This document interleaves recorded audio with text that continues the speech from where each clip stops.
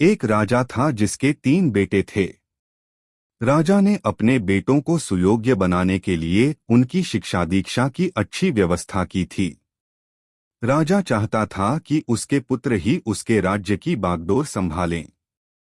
जब राजा बूढ़ा हो गया तो उसने अपने सभी पुत्रों को अपने पास बुलाया और कहा, पुत्र, हमारे राज्य में नाशपाती का एक भी पेड़ नहीं है।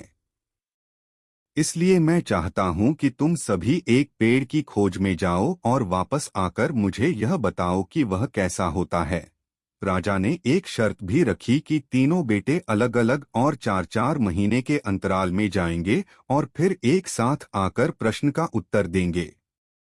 तीनों बेटों ने बारी बारी से नाशपाती के पेड़ की खोज में निकले। पहले बेटे ने बताया कि नाशपाती का पेड़ कांटेदार होता है।